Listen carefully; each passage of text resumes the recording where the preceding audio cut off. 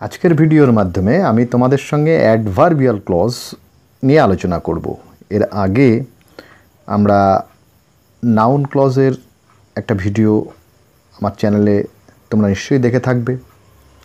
তো ওইখানে আমি নাউন ক্লজ কাকে বলে, নাউন ক্লজ কখন আমরা ব্যবহার করব, নাউন ক্লজকে কীভাবে চিনব তার সেই বিষয় নিয়ে আমি তোমাদের সঙ্গে আলোচনা করেছি।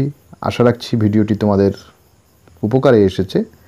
তো এইবার আমরা যে ক্লজটি নিয়ে আলোচনা করব সেটি হচ্ছে অ্যাডভার্ব ক্লজ।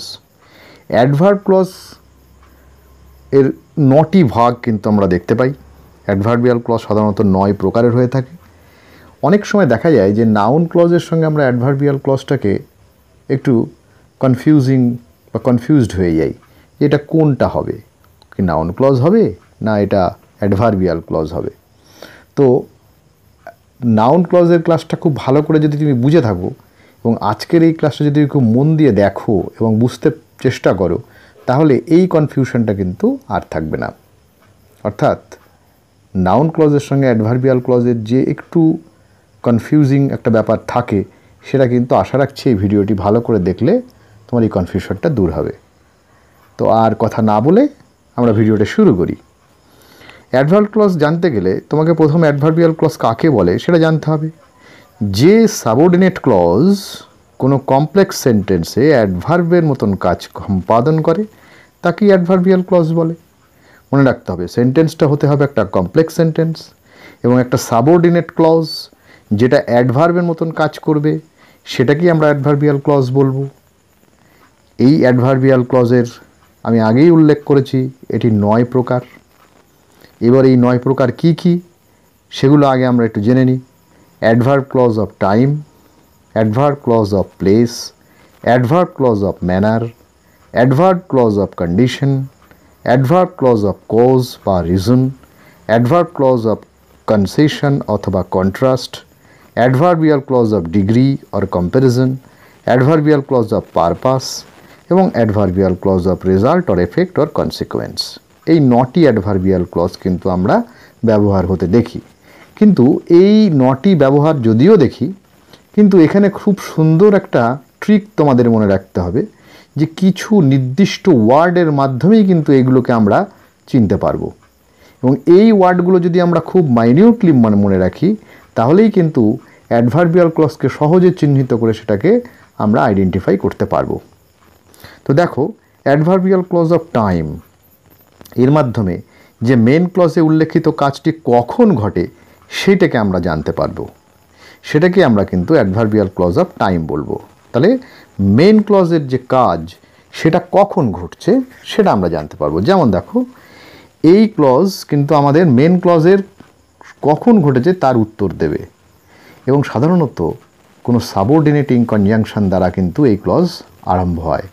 যে সাবঅর্ডিনেটিং ক্লজ কনজাংশনগুলো আমরা খুব ভালো করে খেয়াল রাখবো, যার ভেতরে আছে before, after, when, while, whenever, until বা till, as soon as, no sooner than. এখানে আমরা 9টা ওয়ার্ডকে খুব ভালো করে খেয়াল করব। দরকার হলে তোমরা আবার একবার ব্যাপারগুলোকে জেনে নাও। Before, after, when, while, whenever, until অথবা till, as soon as, no sooner than. As long as early as এবং সিন্স, এগুলোও কিন্তু আমরা এই কখন কাজটি সম্পাদন হচ্ছে সেটা বোঝাতে ব্যবহার করে থাকি। উদাহরণ দেখে নাও, তাহলে ব্যাপারটা আরেকটু পরিষ্কার হবে। Please give me a phone call before you go to bed. এই যে বিফোর, এটা হচ্ছে adverb of time. I shall go to bed after I have finished my work. আমি আফটার বলেছিলাম, সেই আফটারের উদাহরণ হচ্ছে I shall go to bed after I have finished my work. আবার দেখো, I stopped reading when he came. এই when, এটা কিন্তু adverbial clause of time. I was reading while he was singing, এখানে while, adverb of time. Please talk to me whenever you get time. Whenever, এখানে কিন্তু adverb of time. I waited there until or till he came back. এখানে until এবং till হচ্ছে তোমার adverb of time. As you trust yourself you will know how to live. এইখানে as হচ্ছে adverb of time. I will give you a phone call as soon as I get the result. এই as soon অ্যাজটা কিন্তু এখানে adverb of টাইমের উদাহরণ। No sooner had I reached home there, no sooner had I reached there then the bus left. এখানে no sooner then এটা ব্যবহার করা হয়েছে। আবার দেখো, you can sing songs as long as you like, এই as long as. Please let me know as early as you can, as early as. 20 years have passed since we first meet, since। তাহলে আমরা এই বিশেষ শব্দগুলোর দিকে খুব ভালো করে খেয়াল রাখবো এবং এই শব্দগুলোর যে লিস্ট সেটা কিন্তু তোমরা দরকার হলে তোমাদের নোটবুকে লিখে রাখতে পারো। এই শব্দগুলোর ব্যবহার দেখলেই কিন্তু অ্যাডভার্ব অফ টাইমকেই তুমি মনে করবে। চলে এসো অ্যাডভার্ব অফ প্লেস, অর্থাৎ কোথায়, কোন স্থানে যখন কিছু ঘটছে সেইটাকে জানতে হলে অ্যাডভার্ব ক্লজ অফ প্লেস দিয়ে আমরা সেটাকে ব্যাখ্যা করব, যেটাকে হোয়ার এই প্রশ্নের উত্তর কিন্তু জবাব দেবে। তাহলে আমরা কি কি শব্দ এই প্রসঙ্গে মনে রাখব? যেমন দেখো, where, anywhere, wherever, as far as near as, এই শব্দগুলোকে খেয়াল রাখো, খুব important. Where, anywhere, wherever, as far as near as. উদাহরণ দেখো, this is the town where I spent my childhood. Where. You can build your house anywhere you like, এখানে anywhere. You can go wherever you think to go, wherever. They walk as fast বা as far as they liked to go, এখানে as far as. Please try to come as near as you can, এই as near as. তাহলে এই শব্দগুলোর দিকে খেয়াল রাখলেই আমরা এই অ্যাডভার্ব ক্লজ অফ প্লেসটাকে ডিনোট করতে পারবো। এবার 3 নম্বরে চলে এসো, অ্যাডভার্ব ক্লজ অফ ম্যানার, অর্থাৎ হাউ। হাউ দিয়ে কি কাজ কেমনভাবে ঘটছে তা যদি আমরা অ্যাডভার্ব ক্লজ দিয়ে ব্যাখ্যা করি তাহলে সেটাকে আমরা বলবো অ্যাডভার্ব ক্লজ অফ ম্যানার। এই প্রসঙ্গে তোমাকে কোন ওয়ার্ডগুলো মনে রাখতে হবে? How, as, like, the way, as though, as if. কী বললাম? How, as, like, the way, as though, as if. উদাহরণ দেখো, you can build your house how you like. Do the work as I suggested. He talk to me like I was his student. He completed the work the way I told him to do. He talked as though he had not got the prize. He went away as if he had not seen us. এই শব্দগুলোকে দিয়েই কিন্তু আমরা adverb clause of ম্যানারকে ব্যাখ্যা করতে পারি। এবার চলে এসো অ্যাডভার্বিয়াল ক্লজ অফ কন্ডিশন, অর্থাৎ যে ক্লজ কোনো সম্ভাব্য পরিস্থিতি বা অবস্থার উল্লেখ করে থাকে এবং মেন ক্লজে বর্ণিত কোনো কাজ বা অবস্থাকে কীভাবে প্রভাবিত করে তা কিন্তু আমরা অ্যাডভার্ব ক্লজ অফ কন্ডিশন দিয়ে বুঝতে পারি। যেমন দেখো, ইফ, আনলেস, প্রোভাইডেড ফর, এইগুলো। If you read you will pass the examination. Unless you read you will fail in the examination. I will come provided that the weather is good. এখানে দেখো if, unless এবং provided এই ওয়ার্ডগুলো ব্যবহার করা হয়েছে। এবার অ্যাডভার্বিয়াল ক্লজ অফ রিজন, অর্থাৎ এই ক্লজ দ্বারা মেন ক্লজে বর্ণিত কোনো কাজ বা কাজের অবস্থার বর্ণনা করা হয়। মেন ক্লজের যে কাজ তার অবস্থার বর্ণনা করতে পারি আমরা এই অ্যাডভার্বিয়াল ক্লজ অফ রিজনের মাধ্যমে, যেগুলো হোয়াই প্রশ্নের উত্তর দেয়। যেরকম দেখো, বিকজ, সিন্স, অ্যাজ, এই শব্দগুলো ব্যবহার করা হয় এই অ্যাডভার্বটাকে প্রয়োগ করতে গেলে। বিকজ, সিন্স এবং অ্যাজ। যেমন দেখো, he could not attend the class because he was ill. Since he did not study he failed in the examination. As the weather was bad, I could not go to college. এইগুলো আমরা সহজেই চিহ্নিত করতে পারবো। এবার adverbial clause of concession বা contrast. এখানে এই ক্লজের মাধ্যমে মেন ক্লজে দেয়া তথ্যের বিপরীত কোনো তথ্য থাকে, সেটাকে আমরা অ্যাডভার্বিয়াল ক্লজ অফ কনসেশন বা কন্ট্রাস্ট বলে থাকি। উদাহরণ দিলেই ব্যাপারটা পরিষ্কার হবে। যেরকম ধরো, কোনো word though, although, even, even though, even if, এইগুলো আমরা ব্যবহার করতে পারি। যেমন দেখো, though he is poor he is honest, although the weather was very bad he went দেয়ার,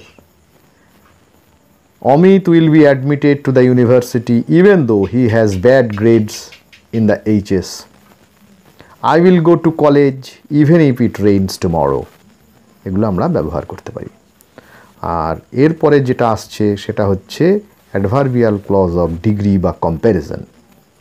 যে ক্লজের মধ্যে দিয়ে একটা বিষয় থাকে যার সঙ্গে মেন ক্লজে উল্লেখিত কোনো ব্যক্তি বা বস্তুর সঙ্গে তুলনা করা হয়। কি বললাম?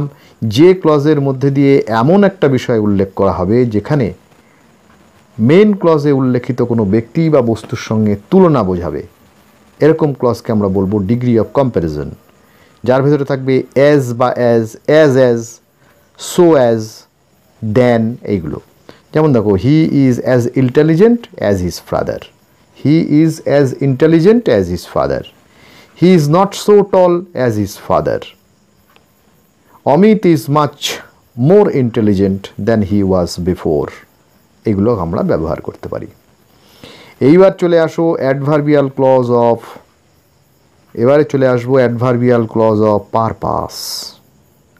মেন ক্লজে বর্ণিত কাজের উদ্দেশ্য যেখানে বর্ণনা করা হয় সেটাকে আমরা বলবো অ্যাডভার্বিয়াল ক্লজ অফ পারপাস। এই অ্যাডভার্বিয়াল ক্লজ অফ পারপাসগুলোকে আমরা কী করে চিনব? So, so that, in order that বা লেস্ট, এই শব্দগুলোর মাধ্যমে অ্যাডভার্বিয়াল ক্লজ অফ পারপাসকে আমরা সাধারণত চিহ্নিত করতে পারবো। যেরকম দেখো, I gave him some money so he can buy food, কারণটাকে বর্ণনা করা হয়েছে, পারপাসটাকে। He studied hard so that he could pass the examination, আবার সেই সম্ভাবনাকে বোঝানো হয়েছে।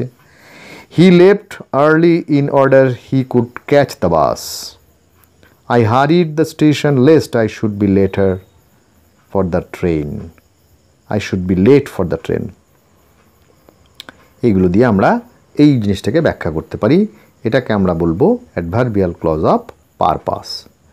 এইবার adverbial clause of result, effect or consequence. এক্ষেত্রে যেটা জানতে হবে সেটা হলো যে ক্লজ মেন ক্লজে বর্ণিত কাজের ফল বর্ণনা করে তাকে আমরা অ্যাডভার্বিয়াল ক্লজ অফ রেজাল্ট বা এফেক্ট বা কনসিকোয়েন্স বলে থাকি।